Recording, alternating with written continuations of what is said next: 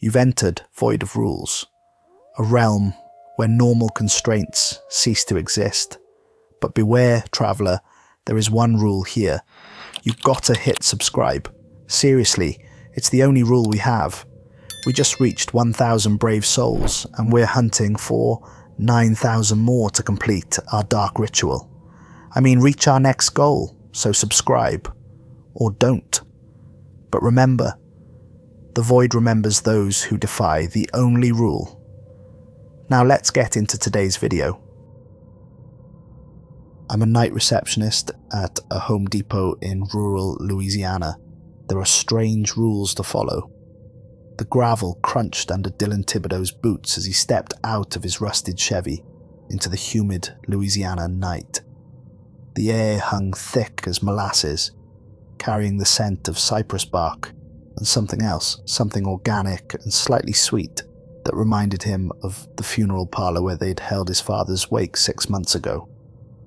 The Home Depot squatted before him like a massive orange and grey tumour against the darkness, its parking lot lights creating harsh pools of illumination that seemed to push against the wall of ancient trees pressing in from all sides. Highway 165 stretched empty in both directions, disappearing into darkness so complete it seemed solid. The nearest town was a 20-minute drive through swampland that had swallowed countless travellers over the centuries, their bones now resting beneath the black water and tangled roots. Dylan had grown up in these parishes, but tonight the familiar landscape felt different, hostile, as if the very air resented his presence. The building itself seemed wrong in ways that Dylan couldn't immediately articulate. Maybe it was how the structure appeared to lean slightly to the left, as if the earth beneath it was slowly giving way to some underground void. Or perhaps it was the way the automatic doors hesitated before opening, their sensors struggling to recognize him as human. The fluorescent lighting inside had a sickly yellow cast that made everything look jaundiced, diseased. Patricia Broussard emerged from behind the customer service desk like a spectre materializing from the shadows. Her silver hair was pulled back in a severe bun that stretched the weathered skin of her face taut, revealing the sharp angles of her skull beneath. She'd been managing this store since it opened 15 years ago, and Dylan could see the weight of those years in the permanent lines around her eyes. Lines that spoke of things seen and secrets kept. "You Dylan Thibodaux." Her Cajun accent was thick as bayou mud, each word carrying the weight of generations who'd worked this cursed land. "Good. Tommy's waiting for you in the office. He's eager to get this transition done." She led him through aisles that stretched back into pools of shadow, the merchandise casting strange silhouettes in the amber night lighting. The air carried the expected smells of sawdust and paint, but underneath lay something else, something that made Dylan's stomach clench with unconscious recognition. It was the smell of old earth, of things long buried but not forgotten, of secrets that the ground refused to keep. The break room felt like a tomb, its fluorescent lights humming with an irregular rhythm that set Dylan's teeth on edge. Tommy Guidry sat hunched over a cup of coffee that had gone cold hours ago, his hands trembling as he brought it to his lips. The man looked like he had aged a decade in the past month, his face gaunt and his eyes sunken deep into their sockets. When Dylan introduced himself, Tommy's handshake was damp and brief, his fingers cold despite the Louisiana heat. "You know Rebecca Boudreaux?" Tommy asked without preamble, his voice barely above a whisper. "Can't say I do." Tommy's laugh was bitter, devoid of any warmth. "She had your job before me. Smart girl, psychology degree from LSU. Wanted to work nights so she could write her thesis during downtime. Figured the quiet would help her concentrate." His eyes darted to the security monitors mounted on the wall, their screens showing empty aisles bathed in that sickly yellow light. Found her one morning standing in the garden centre staring at a display of fertilizer bags. Wouldn't move, wouldn't speak, wouldn't even blink. Just stood there with her eyes wide open, tears streaming down her face like she was watching the end of the world. Dylan felt a chill that had nothing to do with the air conditioning. What happened to her? Still in the state hospital, up in Mandeville. Been there 2 years now. Sometimes she talks, but it's always the same thing. She keeps asking about the children who can't find their way home, and the man with the burned face who remembers everything. Tommy pulled a folded paper from his shirt pocket, the edges worn soft from constant handling. These are the rules you need to follow. Every single one, every single night. No exceptions, no thinking you know better, no compassion for whatever you might see or hear. The paper felt warm against Dylan's fingers, as if it had absorbed the heat of Tommy's fear. The handwriting was careful, deliberate, each word written with the precision of someone who understood that lives depended on accuracy. Rule 1. Never acknowledge the customers who come in wearing all white after 2 a.m. They cannot see you if you don't see them. Rule 2. If you hear hammering from aisle 7, count to 30 before investigating. Always announce yourself loudly before entering. Rule 3. The security cameras in aisles 12 through 15 will show things that aren't there. Do not watch these monitors between 3 a.m. and 4 a.m. Rule 4. If a customer asks for help finding the old foundation stones, direct them to the contractor's desk and leave immediately. Do not ask questions. Rule 5. When doing your 4 a.m. inventory walk, skip every third aisle. If you hear your name called from these aisles, do not respond. Rule 6. The freight elevator will sometimes try to take you to a basement level that doesn't exist. If the buttons show B2, do not press it. Wait for it to reset. Rule 7. If you smell burning sugar and hear jazz music, stay at your desk until sunrise. Do not investigate, no matter what you hear. Rule 8. Never, under any circumstances, answer the phone after 5 a.m. It will ring exactly 13 times, then stop. Dylan looked up from the paper, expecting to see Tommy grinning at an elaborate prank designed to scare the new guy. Instead, he found the man's eyes filled with something that looked dangerously close to desperation, the kind of fear that came from intimate knowledge of terrible things. "I know what you're thinking," Tommy said, his voice cracking slightly. "Same thing I thought my first night. Same thing Rebecca thought before she broke. But this place, Dylan, it's got teeth, and it's been hungry for a very long time." "What do you mean?" Tommy gestured towards the security monitors with a hand that shook like autumn leaves. "See that display in aisle 15? The one with the garden hoses arranged in a perfect spiral. I've never seen anyone set it up that way, never seen it on any corporate planogram. But every morning, it's there, wound tighter than the night before. And every night around 3:30, the cameras show people moving through those aisles, arranging things with a purpose we're not meant to understand." Dylan squinted at the monitor, trying to make sense of what he was seeing. The display looked normal enough to him, just garden hoses arranged in neat coils. Maybe it's just employees working late inventory.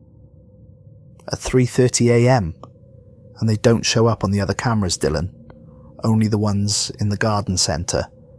And the things they arrange, they're not random. They're symbols. Patterns that hurt to look at too long. Tommy's voice dropped to a whisper. "This building sits on top of Shadowmere Plantation. You know what that means?" Dylan had heard whispers about Shadowmere growing up. Fragments of stories told in hushed voices when adults thought children weren't listening. It's where they found those mass graves back in the 90s, right? 37 unmarked graves, all children between the ages of 6 and 12.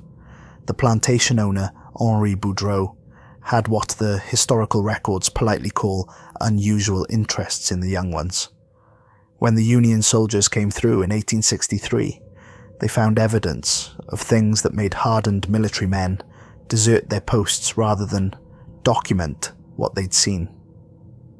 Tommy's hands were shaking worse now, coffee sloshing in his cup. After the war, They tried to turn it into a lumber mill. That lasted until 1987, when 13 workers died in a fire that shouldn't have been possible, according to every fire investigator who examined the scene. What do you mean it shouldn't have been possible? The fire burned from the inside out, Dylan. Started in the basement where they'd built over the old slave quarters, but it didn't spread like normal fire.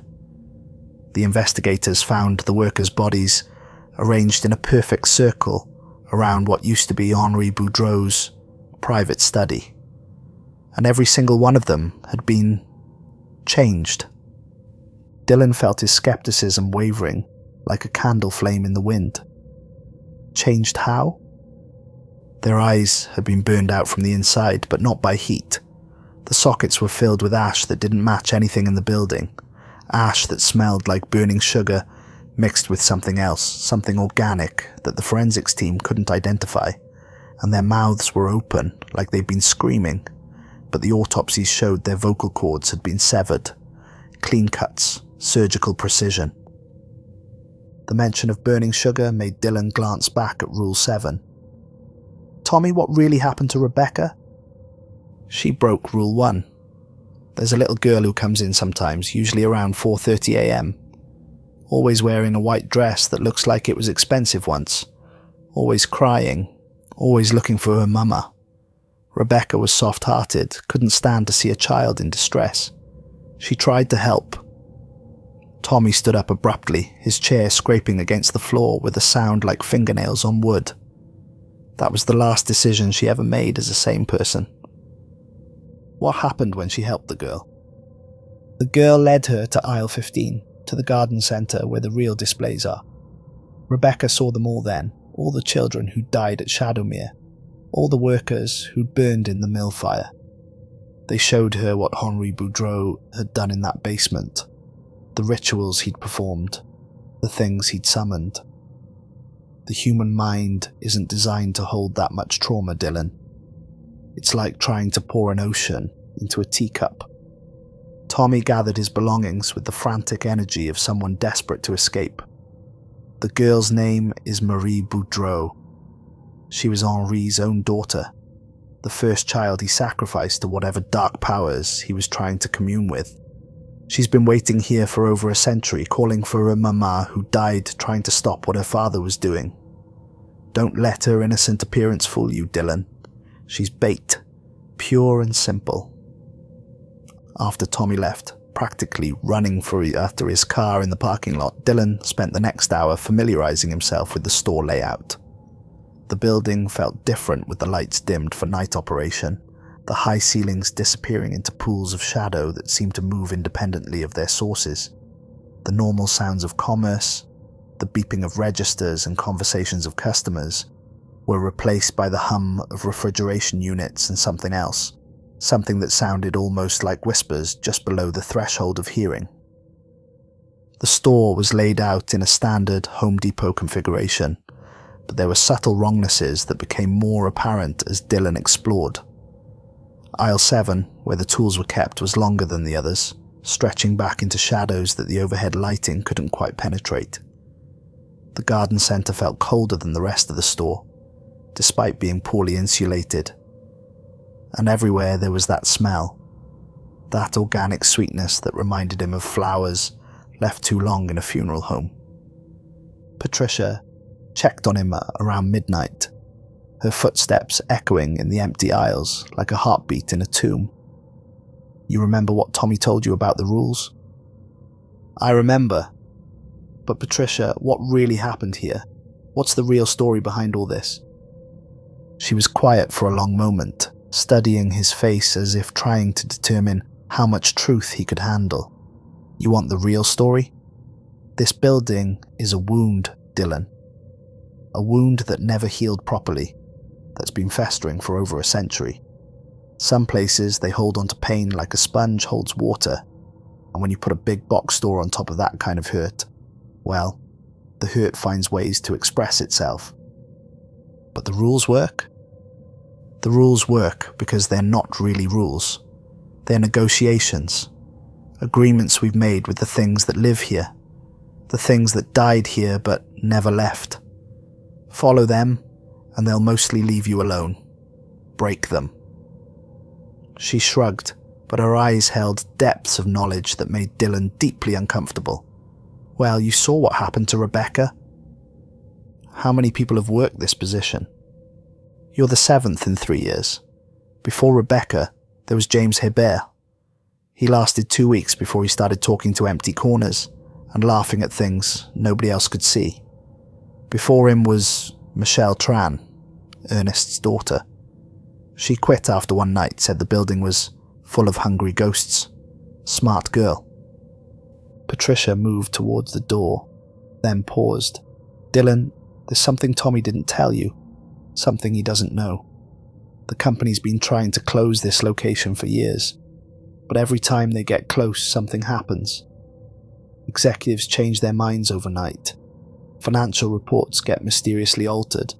Construction delays plague any attempts to renovate.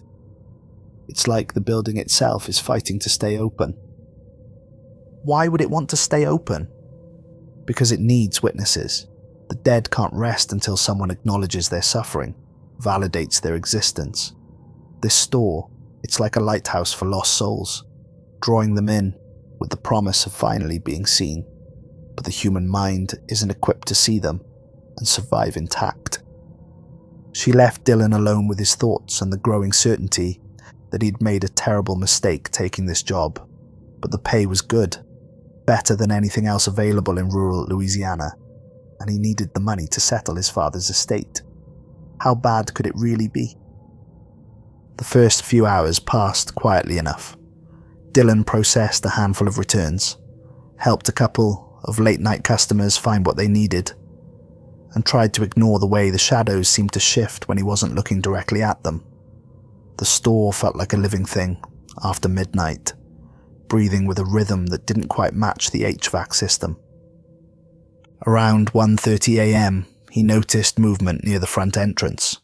The automatic doors slid open with their usual pneumatic wheeze, but no one visible entered. Instead, figures began to materialize from the shadows between the aisles, emerging like swimmers rising from dark water. They came in a silent procession, dozens of figures dressed in white, men in work clothes bleached colourless by time and trauma, their faces bearing the marks of industrial accidents and unnatural fires. Women in simple dresses that belonged to another century, their eyes holding depths of suffering that spoke of lives cut brutally short. Children, in nightgowns and burial shrouds, their small faces twisted with expressions of loss and confusion that no child should ever wear. Dylan's first instinct was to greet them, to offer assistance as he'd been trained to do, but Tommy's warning echoed in his mind, and he forced himself to look away, focusing on his computer screen as they drifted through the aisles like smoke given form. In his peripheral vision, he could see them moving with purpose, selecting items that they carried to various parts of the store. When he finally dared to look up, they were gone, but the evidence of their presence remained. The displays had been subtly rearranged in ways that hurt to look at directly. The garden hoses in aisle 15 now formed a pattern that seemed to shift and writhe when viewed from certain angles. The tool display in aisle 7 had been organized in ascending order by weight, creating a spiral that drew the eye inward towards a center point that seemed to exist in more dimensions than the human mind could process. The hammering started at 2:17 a.m, a steady rhythm that seemed to come from everywhere and nowhere at once. Each blow reverberated through the store's steel framework, setting up harmonics that made Dylan's teeth ache. He counted to 30, his palms sweating as he waited, each second stretching like taffy. When he finally approached aisle 7, he called out as instructed, "Store employee coming through." The hammering stopped immediately, but it was replaced by something worse. A voice, high and plaintive, calling from somewhere deep in the store. "Dylan? Dylan, can you help me? I can't find my way home." He recognized the voice of a child, maybe 8 or 9 years old, filled with the kind of desperate loneliness that cuts straight to the heart. Every instinct screamed at him to investigate, to help, to comfort whatever lost soul was crying out in the darkness. But he forced himself to walk back to his desk, each step feeling like a betrayal of his fundamental humanity. The voice called his name 3 more times, each repetition more heartbreaking than the last, before fading into the whisper of the ventilation system. Dylan sat at his desk, hands shaking, trying not to think about the implications of something knowing his name before he'd ever spoken it aloud. The security monitors proved to be the most disturbing part of his duties. He'd been warned not to watch them between 3 a.m. and 4 a.m., but the temptation was overwhelming. During the forbidden hour, he found himself glancing at the screens despite his better judgment. The cameras in the garden centre showed a world that didn't quite match reality. Figures moved between the displays, but not the random wandering of lost customers. These people moved with purpose, following patterns that seemed to follow some ancient choreography. A man in coveralls arranged fertilizer bags in neat pyramids, his movements precise and ritualistic. A woman in a faded house dress organized seed packets by height, creating towers that cast shadows in directions that defied the overhead lighting. Children played between the displays, their games following rules that belonged to no earthly playground. They arranged smaller items, bags of mulch and containers of plant food, in complex geometric patterns that seemed to shift and change when Dylan wasn't looking directly at them. Their laughter echoed through the audio feed, but it was the wrong kind of laughter, hollow and echoing, like sound bouncing off the walls of a tomb. But when Dylan walked through those same aisles during his rounds, everything was normal. The displays were exactly as they should be, the merchandise properly organized according to corporate standards that bore no resemblance to what the cameras showed. It was only on the monitors that the other world bled through, only in those grainy electronic images that the true nature of the store revealed itself. During his second week, Dylan began to recognize the patterns in the supernatural activity. The customers in white always arrived between 1:30 and 2 a.m., their numbers varying, but their behavior consistent. The hammering in aisle 7 started at different times, but always lasted exactly 17 minutes. The voice calling his name came from different parts of the store, but it was always the same voice, always asking for help finding the way home. He also began to notice the regular living customers, the few brave or desperate souls who shopped at the Home Depot in the small hours of the morning. Most unsettling was Ernest Tran, an elderly Vietnamese man who came in every Wednesday around 3:30 a.m. like clockwork. He always bought the same items: 50 feet of rope, 3 bags of lime, a large container of salt, and a pack of white votive candles. His English was limited, but he always made a point of speaking to Dylan. "You follow the rules, yes?" Ernest asked during their third encounter, his weathered hands counting out exact change for his purchase. "Yes, sir." "Good, very good. My daughter, she worked here before, before the white lady took her." Ernest's eyes held depth that made Dylan deeply uncomfortable. This place, it hungers for acknowledgement. The dead, they want to be seen, to be remembered, but human mind, it cannot hold so much pain, like trying to pour the ocean into a teacup. "Your daughter worked here?" "Michelle, smart girl, college educated, but she have the sight. She see things that others cannot. One night only, then she quit. She tell me the building is full of hungry ghosts, ghosts that feed on acknowledgement." Ernest gathered his purchases with hands that showed the scars of a lifetime of hard work. "You be careful, young man. Compassion is a virtue, but here it can be a trap." "What do you mean?" "The children especially. They cry, they call for help, they seem so lost and innocent. But they are not lost, Dylan. They are bait, the hook that catches the soft-hearted, the lure that draws the compassionate into the darkness." Ernest headed for the door, then paused. "You want to know the truth about this place? Go to the library, look up the old plantation records. Look up Henri Boudreau and what he did in the basement of his mansion. Then you understand why the dead cannot rest, why they hunger for witnesses to their suffering." Dylan took Ernest's advice during his lunch break the following day. The parish library's historical archive was a cramped room in the basement, filled with boxes of documents that smelled of age and neglect. The librarian, an elderly woman named Mrs. Fontenot, seemed reluctant to help until Dylan mentioned Shadowmere Plantation. "You working at that Home Depot?" she asked, her voice sharp with concern. "Yes, ma'am, night shift." She studied him for a long moment, then led him to a filing cabinet that looked like it hadn't been opened in years. Henri Boudreau was evil, pure and simple. Not just cruel or unusual, but genuinely evil, in a way that most people can't comprehend. He came to Louisiana in 1847, bought the land that's now your store, and built what he called a research facility disguised as a plantation. The documents she showed Dylan made his stomach churn. Medical records written in Henri's careful script detailed experiments that violated every principle of human decency. Children purchased at slave auctions, not for labour but for what Henri called his communion studies. Detailed drawings of ritual circles carved into stone, symbols that hurt to look at directly.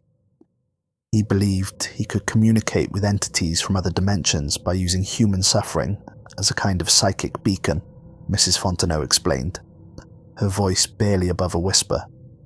The children were especially sensitive to what he called dimensional resonance. He would torture them in specific ways, following patterns he claimed had been revealed to him in dreams. What happened to him?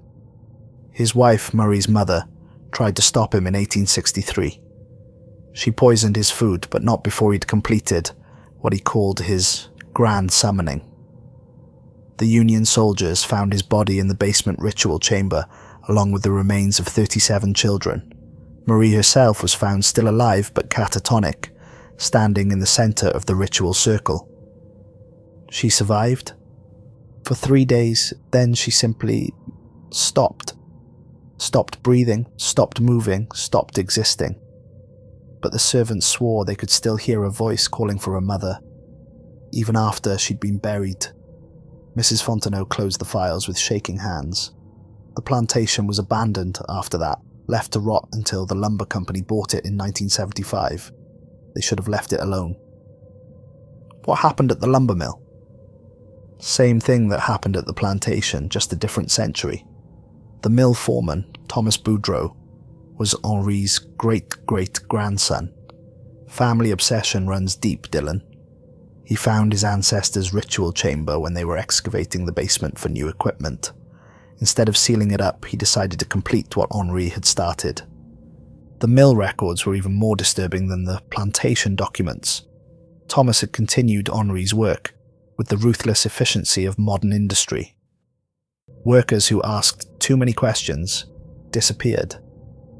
Equipment failures led to accidents that followed suspiciously specific patterns, and always there were reports of strange lights in the basement, of voices calling from empty rooms, of children's laughter echoing through the mill at night. The fire in 1987 wasn't an accident, Mrs. Fontenot continued. Thomas had gathered 13 workers in the basement for what he called a safety meeting. The investigators found their bodies arranged in the same ritual circle that Henri had used, burned from the inside out, but with no external source of ignition. And now there's a Home Depot on the same site. Corporate bought the land in 2008, probably got it cheap. Due to the history, they built right over the old foundation, never bothering to excavate or examine what was underneath. Big mistake. You can't build a retail store on top of a century's worth of suffering and expect it to be just another shopping centre.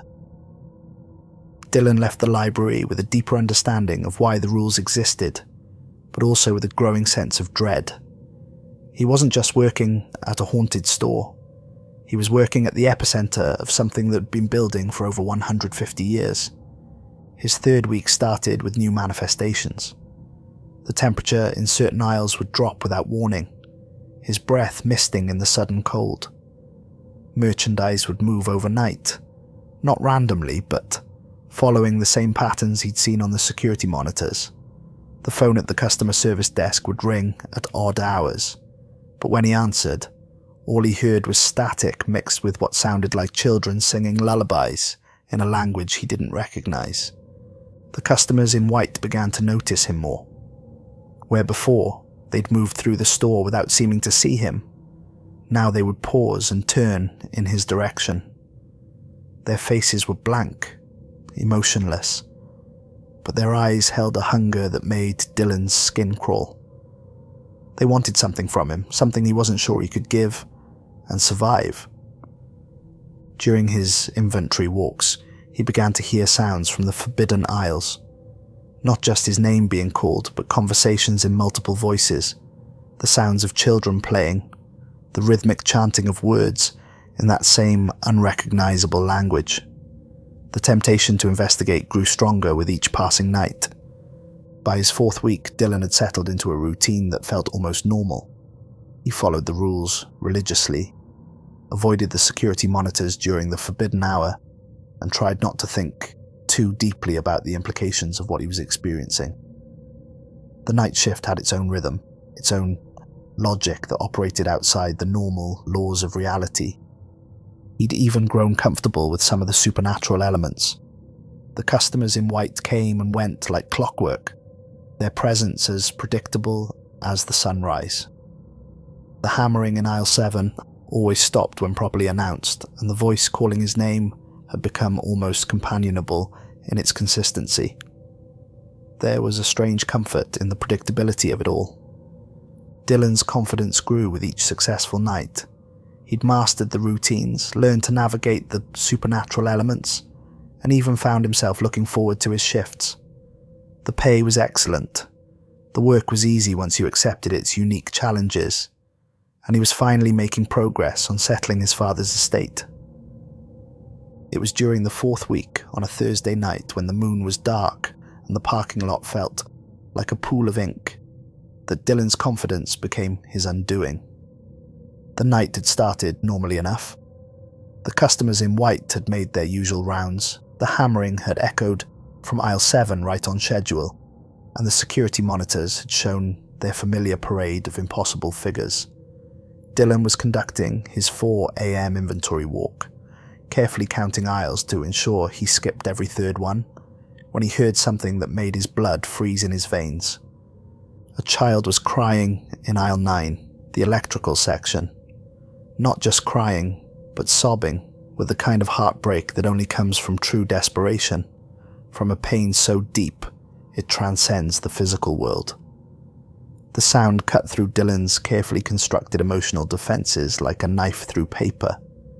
He paused at the mouth of aisle 8, consulting his mental map of the store. Aisle 9 wasn't one of the forbidden aisles, was it? The rule said to skip every third aisle, which meant 3, 6, 9, 12, 15. Wait, 9 was every third aisle from 6. But the crying was so genuine, so desperately human, that Dylan found himself questioning the arithmetic. What if he'd miscounted?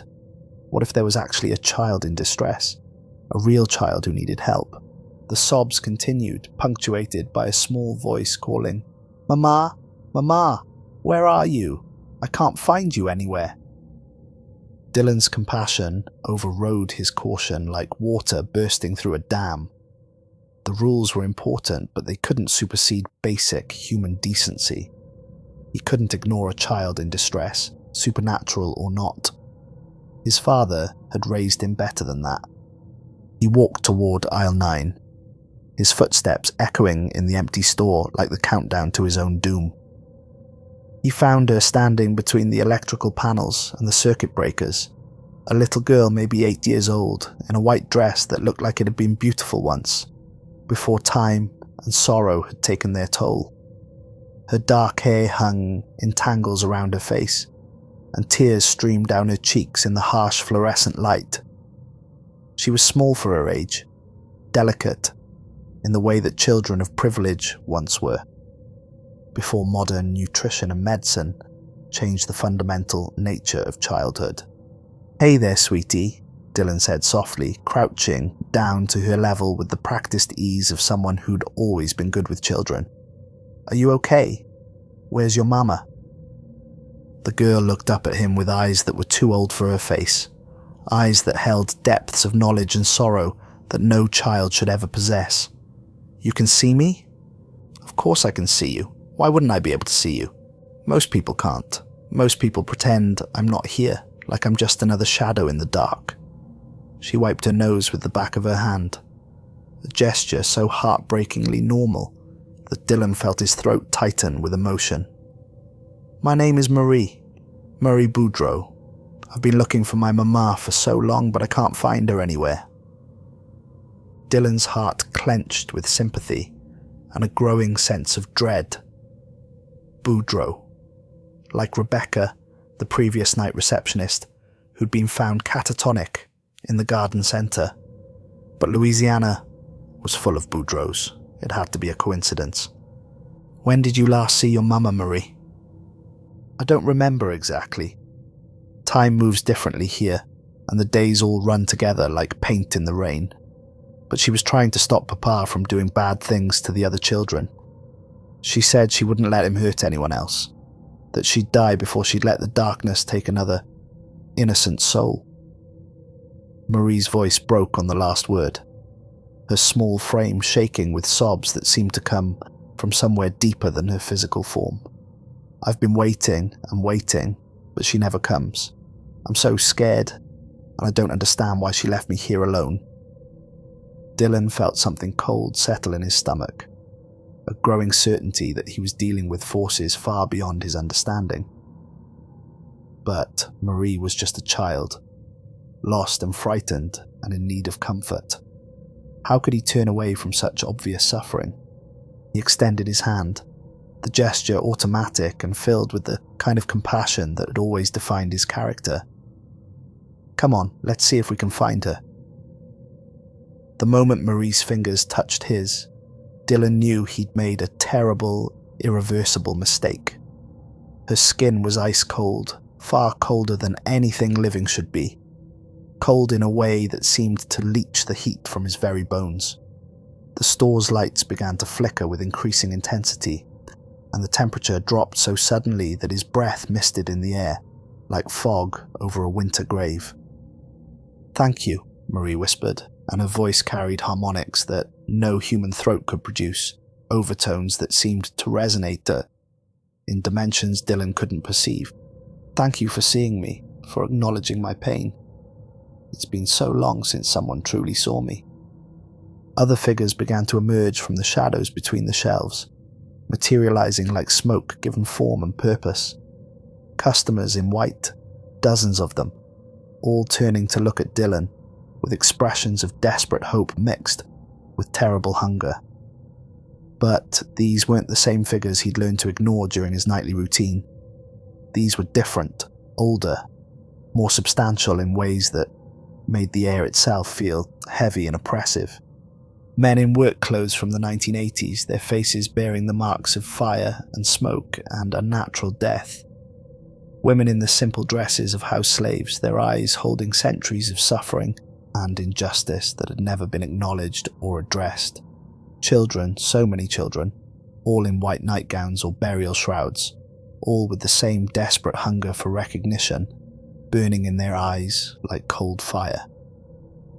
"You acknowledged her," said a voice behind Dylan, deep and cultured with the aristocratic accent of antebellum Louisiana. He turned to see a tall man in a suit that had gone out of style decades ago, his face bearing the unmistakable features of the Boudreaux family line. Half of his visage was missing, burned away to reveal charred bone and empty sockets that nonetheless seemed to see everything. "You broke the first rule, the most important rule we've established, the one that keeps the living safe from the hunger of the dead." "I didn't know," Dylan whispered, his voice barely audible above the sound of his own thundering heartbeat. "Ignorance is not protection here," the burn man continued, his remaining eye fixed on Dylan with terrible intensity. "This ground has been hungry for acknowledgement for over a century. The children especially have been waiting so long for someone to see them, to validate their suffering and bear witness to the horrors they endured." Marie tugged on Dylan's hand with strength that seemed impossible for such a small form. "Will you help us find our families? We've been looking for so long, calling out in the darkness for someone to hear us. I don't understand what you want from me." "Understanding will come," said another voice, this one belonging to a woman in coveralls who bore the distinctive burns of the mill fire. "The children were the first to die at Shadowmere, sacrificed by Henri Boudreau in his attempts to commune with forces beyond human comprehension. When they died, their spirits became anchored here, calling out for the parents who were sold away or killed trying to protect them." Dylan felt something pressing against his consciousness, a weight that seemed to come from outside his own mind. Images began to flash behind his eyes. A basement room filled with symbols carved into stone, children's voices raised in terror and pain. The smell of burning sugar mixed with something organic and wrong that his mind refused to identify. Henri believed that human suffering could open doorways between dimensions, the burn man explained, his voice carrying the authority of terrible knowledge. He used the children as psychic beacons, torturing them in specific ways designed to amplify their spiritual resonance. Each death was a key, each scream a note in a symphony of agony that was meant to summon entities from the spaces between worlds. More memories flooded through Dylan's mind, memories that belonged to the dead but were somehow becoming his own. The terror of children being dragged into darkness, the hopeless desperation of parents who could only watch as their offspring were consumed by something that wore the face of civilization but harbored the heart of a monster. "The mill workers tried to excavate the basement in 1987, continued another spirit, this one a man whose face bore the distinctive scars of industrial machinery. They found Henri's ritual chamber, the bones of his victims, the evidence of what he'd done. But Thomas Boudreau, Henri's descendant, saw opportunity where others saw horror. He decided to complete what his ancestor had started, using modern methods to achieve ancient goals." Dylan's vision blurred as more traumatic memories forced their way into his consciousness. He saw Thomas Boudreau standing in the restored ritual chamber, 13 workers arranged in a circle around him as he read from a book bound in what looked suspiciously like human skin. The workers' eyes were wide with terror, but they couldn't move, couldn't scream, couldn't do anything but stand and burn as supernatural fire consumed them from within. "We tried to stop him," said the scarred worker, his voice heavy with regret that transcended death. "But he'd learned from Henri's mistakes. He used industrial equipment to carve the symbols deeper into the stone, used modern chemistry to create compounds that amplified the spiritual resonance. By the time we understood what was happening, it was too late." "The fire that killed us wasn't natural," added another mill worker, her coveralls still smouldering with phantom flames. "It was judgment made manifest, the accumulated rage of every soul that had suffered in that basement. But instead of cleansing the site, it only made the anchoring stronger. Our deaths became part of the pattern, our spirits added to the collection of the lost and hungry." Marie's grip on Dylan's hand tightened, her small fingers feeling like bands of ice around his own. "Do you understand now? We're not just dead, we're trapped, caught between worlds by the very suffering that destroyed us. We can't move on, can't find peace, can't even properly exist. All we can do is wait and hope that someone will see us, acknowledge our pain, and help us find the justice that's been denied for so long." Dylan felt his sanity beginning to fracture as the collective trauma of dozens of tortured souls poured into his consciousness like acid through his neural pathways. He experienced every moment of their suffering simultaneously. The lash of the overseer's whip across a child's back, the crushing weight of falling timber as the mill collapsed, the searing agony of flames that burned soul as well as flesh. But it wasn't just the physical pain that threatened to destroy him. It was the emotional trauma, the psychological wounds that had festered for decades or centuries without healing. The helplessness of children who'd trusted the adults, meant to protect them. The despair of workers who'd realized too late that their employer saw them as nothing more than fuel for an inhuman machine.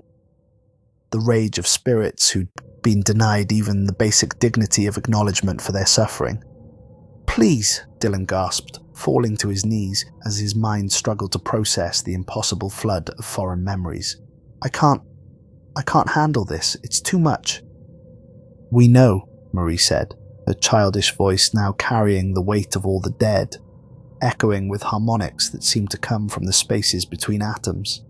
"But we need you to remember us, to carry our stories to the world of the living. We need someone to witness our suffering and ensure that it's never forgotten, never dismissed, never minimized." "But it's destroying me." "Yes," agreed the burned man, his aristocratic features twisted with something that might have been sympathy. "The human mind isn't designed to hold so much pain, so much trauma, that isn't its own. But that's the price of acknowledgement, the cost of truly seeing the suffering we've endured. You've opened the door between worlds, Dylan, and now that door can never be closed." Dylan could feel his consciousness fragmenting, pieces of his identity dissolving under the weight of trauma that belonged to scores of different people across multiple time periods. He was simultaneously a terrified 8-year-old girl watching her father carve symbols into stone with her own blood, a mill worker feeling his lungs fill with supernatural fire, a parent helplessly watching as uniformed men dragged children into darkness. The store around him began to shift and blur, the familiar aisles of merchandise giving way to older architectures. He saw the basement ritual chamber as it had been in Henri's time, lit by candles that cast shadows in impossible directions. He saw the lumber mill in its final moments, massive machinery falling through floors, weakened by decades of spiritual corruption. He saw the plantation house burning as Union soldiers tried to destroy evidence of atrocities too terrible for official reports.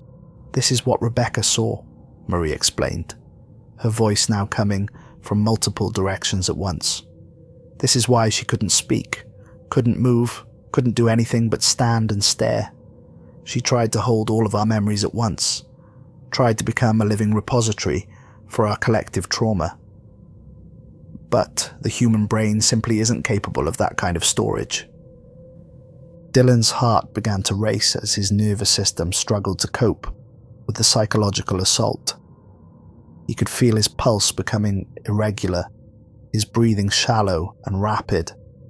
The phantom pain from dozens of different deaths coursed through his body, each one as real and immediate, as if he were experiencing it for the first time.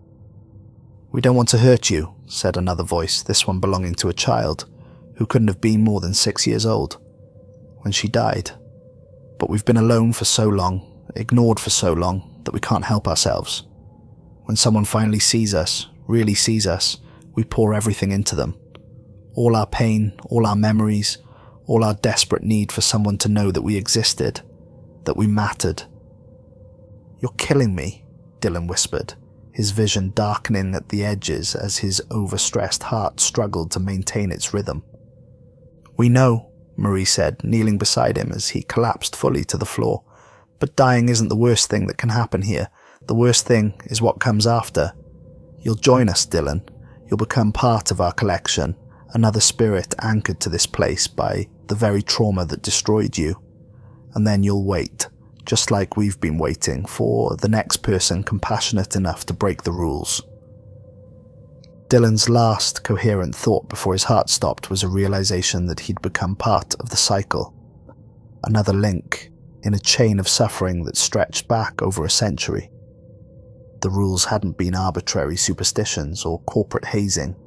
They'd been a lifeline, a carefully negotiated peace, treaty with forces that existed beyond human understanding.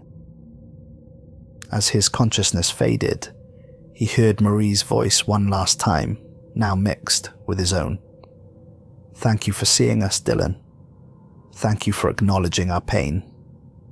Now you'll never have to be alone again." Patricia found Dylan's body the next morning, collapsed in aisle 9 with his eyes wide open, and his mouth twisted in an expression of absolute terror.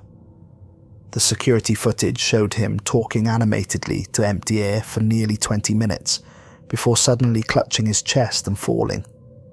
The coroner would later rule it a heart attack brought on by extreme stress, noting that Dylan's cardiac tissue showed signs of damage consistent with massive psychological trauma. But Patricia knew better. She'd seen the footage from the other cameras, the ones that showed what was really happening in the store after midnight.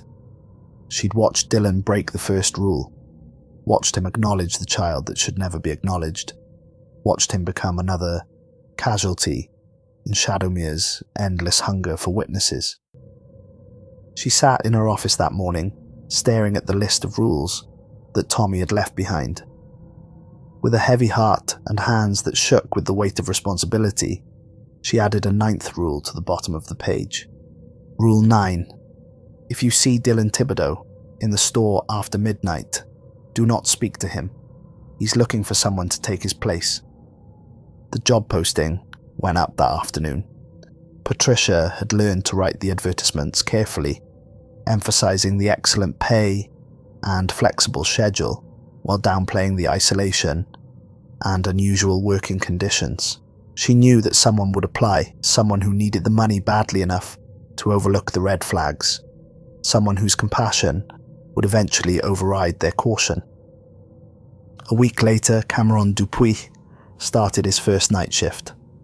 He was young, maybe 25, with the kind of earnest face that suggested he'd been raised to help others regardless of the cost to himself. Patricia handed him the updated list of rules and watched as he read them with the same mixture of skepticism and confusion that all his predecessors had shown. "These are pretty specific," Cameron said, looking up from the paper with a forced smile. "Follow them exactly," Patricia replied, her voice carrying the weight of hard-earned wisdom. "Every single one, every single night. Your life depends on it." Cameron nodded, probably thinking the same thing, about elaborate hazing rituals that Dylan had thought, that Tommy had thought, that Rebecca had thought before she broke. Patricia left him to his duties, knowing that the store would test him soon enough, knowing that the cycle would continue regardless of her warnings. Around 1:30 a.m., Cameron heard footsteps in the empty store. He looked up from his paperwork to see a figure in a Home Depot vest, walking slowly through the aisles, checking inventory with the methodical precision of someone who'd done the job for years. The man's face was familiar from the employee photos in the break room, photos that Patricia had forgotten to remove. Dylan Thibodaux stopped in front of the customer service desk and made eye contact with Cameron. His expression was desperate, pleading, filled with the same need for acknowledgement that had driven him to break the rules in the first place. But there was something else in his eyes now, something that spoke of endless loneliness and the terrible hunger that came from being truly seen for the first time in over a century. "Can you help me?" Dylan asked, his voice carrying the same ethereal quality that Marie's possessed. "I'm looking for someone to take my place, someone who understands what it's like to carry the weight of all this suffering." Cameron felt the pull of compassion, the same instinctive desire to help that had doomed his predecessor. But Patricia's warning echoed in his mind, and he forced himself to look away, focusing on his computer screen as Dylan's footsteps echoed through the empty store. The sound gradually faded, but Cameron knew Dylan would be back. He would be back every night, walking the aisles in search of someone compassionate enough to to break the rules and join him in his eternal shift. Because that was how the store worked, how it had always worked. It fed on acknowledgement, on the human need to see suffering and respond with kindness. In the garden centre, Marie Boudreau arranged flowers in patterns that spelled out words in a language that predated human speech. She was no longer alone. Dylan walked beside her now, his adult understanding, helping her navigate the complex relationships between the living and the dead. Together, they would wait for the next person to break the rules, to acknowledge their suffering and join their growing congregation of the lost. The cycle would continue, as it always had at the Home Depot, on Highway 165. New night receptionists would come and go, some lasting longer than others, but eventually all succumbing to the same fundamental human flaw. The inability to ignore genuine suffering, even when that suffering was bait designed to trap the compassionate. Outside, the Louisiana swamp pressed against the parking lot like a living thing, its cypress trees heavy with Spanish moss and the accumulated weight of centuries of injustice. The land remembered everything. Every scream that had echoed through Henri's basement, every worker who'd burned in Thomas's mill, every night receptionist who'd made the mistake of caring too much. The store's lights flickered once, twice, then settled into their normal rhythm. But anyone watching closely might have noticed that the shadows moved differently now, with purpose and intelligence. They were no longer empty spaces between light and dark. They were home to something that had been waiting for over a century to be seen, to be acknowledged, to be remembered. In the distance, a train whistle echoed across the bayou, carrying the sound of something that might have been mourning, or might have been hunger. The building settled on its foundation with a sound like breathing, and somewhere in aisle 15 a child's laughter mixed with the whisper of wind through Spanish moss. The Home Depot on Highway 165 remained open for business, serving the practical needs of rural Louisiana, while harboring secrets that reached back through generations of suffering. The rules remained posted in the break room, updated periodically as new employees learned the hard way that some boundaries should never be crossed. And in the spaces between the aisles, in the shadows cast by fluorescent lights, the dead continued their eternal wait for acknowledgement, for justice, for someone brave or foolish enough to see them and pay the ultimate price for that sight. The cycle continued, as it always had, as it always would, until the last compassionate soul had been claimed, and the store finally had all the witnesses it needed to carry its terrible stories into whatever came after the end of all things. Ernest Tran continued his weekly visits, buying his rope and lime and salt and candles, speaking his warnings to deaf ears and watching as each new night receptionist made the same fatal mistake. He'd seen it happen 8 times now, would probably see it happen 8 times more before age finally claimed him. But he understood something that the others hadn't. The store wasn't evil in any conventional sense. It was hungry, desperate, filled with the accumulated trauma of generations who died without justice or acknowledgement. It didn't want to hurt people. It simply couldn't help itself, any more than a starving person could help eating when food was finally placed before them. The dead needed witnesses. They needed their stories told, their suffering acknowledged, their existence validated. And the store would continue to claim night receptionists one by one, until someone found a way to give the spirits what they truly needed. Not just acknowledgement, but justice, resolution, peace.